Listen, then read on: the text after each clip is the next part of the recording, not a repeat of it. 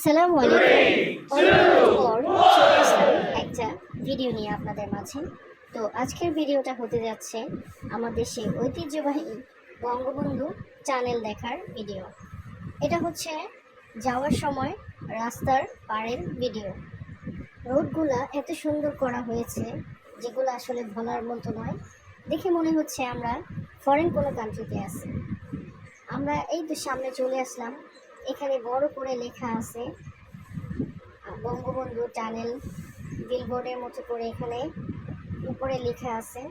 So আমরা সেখানে চলে আসলাম প্রথমে। আসলে বঙ্গবন্ধু টানেলটা খুবই সুন্দর হয়েছে এবং রাস্তাঘাটগুলো এতটা পরিষ্কার পরিচ্ছন্ন, দেখে যাওয়ার সময় আপনার মনটা ভরে যাবে। উন্নয়নের কিছু ছোঁয়া আমরা এখানে দেখতে পাই। আমরা এখন চলে আসলাম কাউন্টারে। এখানে আমাদেরকে টোল দিতে হবে।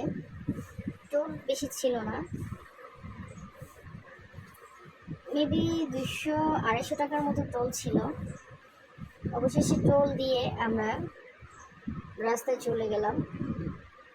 টোল প্লাজা থেকে আপনার টানেলের ভিতর যেতে কিছুটা সময় লাগে। সে সময় যাওয়ার সময় রাস্তাটা খুবই সুন্দর লাগছিল। আর আমরা যেদিন গিয়েছিলাম সেদিন অনেক বৃষ্টি হচ্ছিল একটু পর পর। আকাশটা এত সুন্দর ছিল, মেঘলা আকাশ, দেখেই মনটা ভরে যাচ্ছিল। এরকম ওয়েদার দিয়ে আসলে লং ড্রাইভে কোথাও যাওয়ার মজাই আলাদা। মানে আমরা যাওয়ার পরে আমরা খুবই আনন্দিত হয়েছিলাম, বাচ্চারা সাথে ছিল, ওরাও ওয়েদারটা খুব এনজয় করছিল। অবশেষে আমরা সামনে প্রবেশ করতে যাচ্ছি সেই স্বপ্নের টানেলের ভিতরে। আমরা ঢুকে গেলাম টানেলের ভিতরে। আস্তে আস্তে লাইট কমে আসছে। ভিতরে যাওয়ার পর দেখে তো আমরা পুরাই অভিভূত হয়ে গেলাম। মানে এত সুন্দর লাইটিং, মনে হচ্ছে ওই যে বা বিদেশি কিছু মুভিতে আমরা দেখি না, যে ভিতরে কিছু সিন এরকম থাকে, খুব স্পিডে গাড়ি চলে, ঠিক ওরকম একটা ফিল নিজে আমরা পার হচ্ছিলাম বঙ্গবন্ধু টানেল। মানে মনে হচ্ছিল আমরা সেই হলিউড মুভির কোনো দৃশ্যে আছি এবং আমরা গাড়ি ড্রাইভ করে যাচ্ছি। আর রাস্তায় টানেলের ভিতরে কোনো গাড়ি না থাকার কারণে খুব অল্প পরিমাণে দু একটা গাড়ি মাঝে মাঝে আসছিল, যার কারণে আমাদের টানেল দিয়ে যাওয়াটা খুবই এনজয়েবল লাগছিল।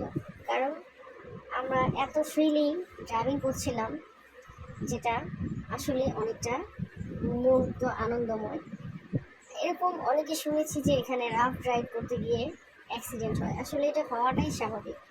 এরকম জায়গার ভিতরে রাফ ড্রাইভিং না করাটাই আমার মনে হয় উত্তম। এটা আমাদের দেশের একটা সম্পদ, এটা রক্ষণাবেক্ষণের দায়িত্ব আমাদের হওয়া উচিত। টানেলটা পার হতে আমাদের অনেকটা সময় লাগছিল। আমাদের গাড়ির স্পিড 60 থেকে 70 কিলোর মধ্যে ছিল। তারপরও আমাদের সম্পূর্ণ টানেলটা পার হতে প্রায় 80-র কাছাকাছি স্পিড উঠে গিয়েছিল। আসলে গাড়ি যখন টার্ন দেওয়া হয় তখন স্পিডটা এমনিতে অটো উঠে আসে। যাই হোক, আমরা প্রায় 3.5 মিনিটের মতো সময় লেগেছিল আমাদের পুরোটা টানেলের ভিতর পার হতে। আর কিছুক্ষণ পর পর লাইটিংগুলো দেখছিলাম। আমরা গাড়ির জানলাগুলো খুলে দিয়েছিলাম। খোলার পর দেখলাম যে না, প্রচণ্ড গরম বাতাস আসছিল। যেরকমটা আমরা ভেবেছিলাম ওরকম না। তারপর আমরা আবার গাড়ির গ্লাসগুলো লাগিয়ে দিই। আমার কাছে একটা বিষয় কেমন যেন লাগলো, টানেল এত সুন্দর একটা টানেল করা হয়েছে, অথচ আমরা সেখানে তেমন গাড়ি দেখতে পেলাম না। আমরাই ছিলাম আর দুই একটা গাড়ি ছিল। এটার কারণ কি সেটা আমি বুঝতে পারলাম না। এটা হয়তো টোলের কারণে অনেকে হয়তো আসতে চায় না, এটা আসলে বিষয়টা আমি বুঝলাম না। যাই হোক, অবশেষে প্রায় 3-3.5 মিনিটের মতো পার করে সামনে কি যেন সাদা সাদা দেখা যাচ্ছে, আমরা বুঝতে পারছিলাম না। লাইট রিফ্লেক্টটা খুব বেশি হচ্ছিল, যে মনে হচ্ছিল এত সাদা লাইট, কিসের লাইট এটা। কিন্তু পরবর্তীতে আমরা বুঝতে পারলাম যে আমরা টানেলটা পার হয়ে টানেলের অপর পাশে চলে আসছি এবং আমরা বাইরে যে আলোটা সেটা হচ্ছে সূর্যের আলো দেখছি এবং আমরা বের হয়ে চলে আসলাম। তো এই হচ্ছে আমাদের স্বপ্নের আরও একটি প্রকল্প, বঙ্গবন্ধু টানেল, যেটা দেখার সৌভাগ্য আমার হয়েছে। আশা করি আপনারাও যাবেন, আপনারাও দেখে আসবেন। ধন্যবাদ সবাইকে।